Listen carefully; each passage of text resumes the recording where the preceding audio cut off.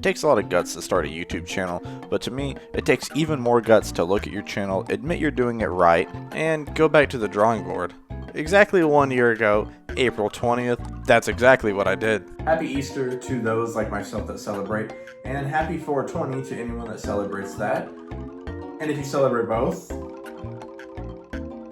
neat. I'm gonna assume that anyone watching this video is someone like myself just trying to get their foot in the door as far as growing on YouTube goes. Or maybe you're thinking about starting a channel, but you're hesitant to do so. Well, give me a couple minutes of your time and I'll help you navigate the best I can how to get more engagement on your channel where you start getting more comments and people talking in your community. I can help you get over that 1K subscriber hill like I finally did. And I can help you just try to avoid burning out on your content like I also did. Creating content on YouTube is not easy. I don't care who you are, what you know, or what your niche is. It takes at least some amount of work, if not a lot. I guess maybe unless you just create those easy AI slop shorts, but even still, I'm a little hesitant to say that there's nothing about those that are hard. I don't know, I hate discrediting anyone, but maybe there is, I don't know. My point is, be prepared to work. If you're like me, you probably started trying out content creation because it felt like an easy thing to do, and hey, maybe you make some friends along the way. But the truth is, there's always something to do. Whether it's script writing, editing, creating a thumbnail, recording, coming up with good titles and topics, streaming, or just trying to learn new tricks and ideas to add to your own playbook, you can always be doing something. It's harder than what most people will assume when they casually pick up a 5-minute video during their lunch break to watch YouTube. Now, it's definitely not like the physical manual labor like construction workers do, or having to be a teacher and deal with kids. I want to throw that out there. I don't want to be that guy, but you know what I mean when I say it's difficult. For me personally, it's hard because I have a tough time enjoying my free time. I always have the thought in the back of my mind, I know I have my next video done, and maybe even my next couple videos ready, but should I be drawing up more ideas? Do I need to change a thumbnail?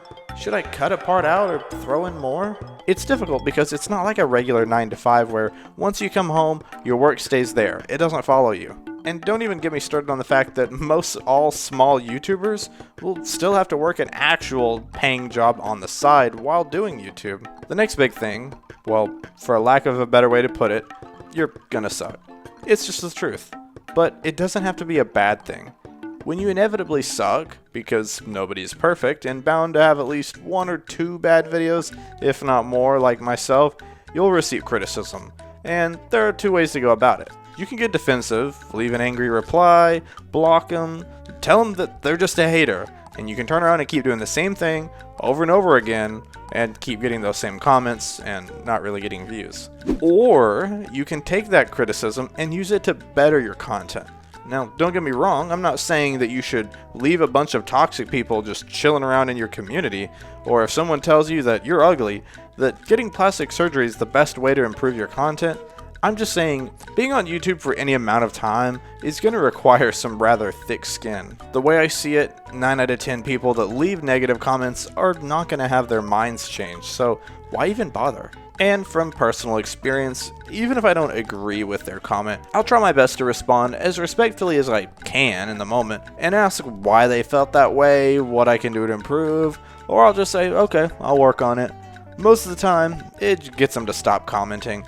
But there's even been an instance or 2 where they didn't expect me to be so calm and respectful, I think, about their criticism, since, most people on YouTube aren't.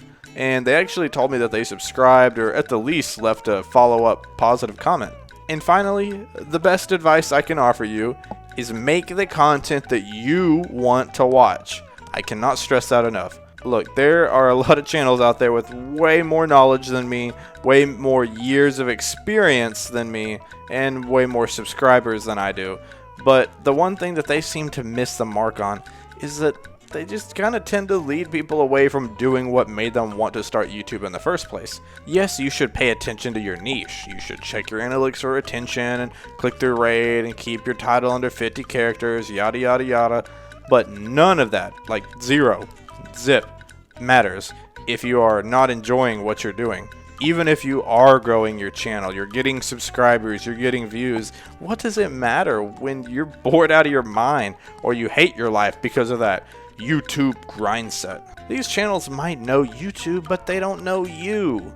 Trust me, people will be able to tell if you're being authentic or if you're being fake. Especially once you build an audience, those people in your community that watch all your videos and they leave comments on them, they'll be able to sniff out you being fake in a heartbeat. Like I said at the beginning of the video, how do I know about all this? Well, I've made these mistakes, and what better example to use than myself? For the longest time, I just created really chill and easy to produce gaming Let's Play videos because they were quick to churn out and have content just for the sake of having content. I saw other people going viral, and instead of taking time to craft videos that stood better chances of getting noticed, I pumped out videos like the Duggars pumped out kids, just to increase my odds of blowing up, even though each individual video was really boring for the most part. I also didn't receive criticism while I got defensive, I argued, and sometimes I still do. But I have to remind myself that there are just some people not worth wasting time on. If somebody or something rubs you the wrong way, spend that 5 minutes that you were going to spend going at them from your keyboard and watch a quick editing tutorial on how to do a new editing trick, or make a funny short, or even better, find a way to take that negativity and spin it into something positive for your channel. And of course, as far as creating content that I wanted goes, I technically was doing that, but it wasn't how I wanted to. Like I stated, I was prioritizing quantity over quality, and I was also prioritizing what was popular or how I could work the algorithm over making content that I enjoyed. I was making all sorts of random videos trying to chase trends. I was posting like 3 YouTube shorts a day that were just memes I made because I was getting tons of views and subscribers from them, and while they were funny most of the time and like I said got me subs, those people weren't hanging out around my channel, watching my videos, and contributing to my community. So yeah, I'll stop there because I don't want to do any more rambling, and everything I've said I'm sure has been regurgitated by someone else on the platform in just slightly different words.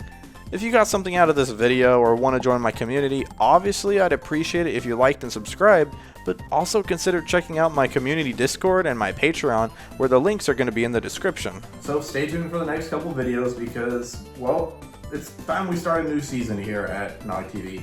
And I want to talk about some new, pretty interesting topics that you won't want to miss out on.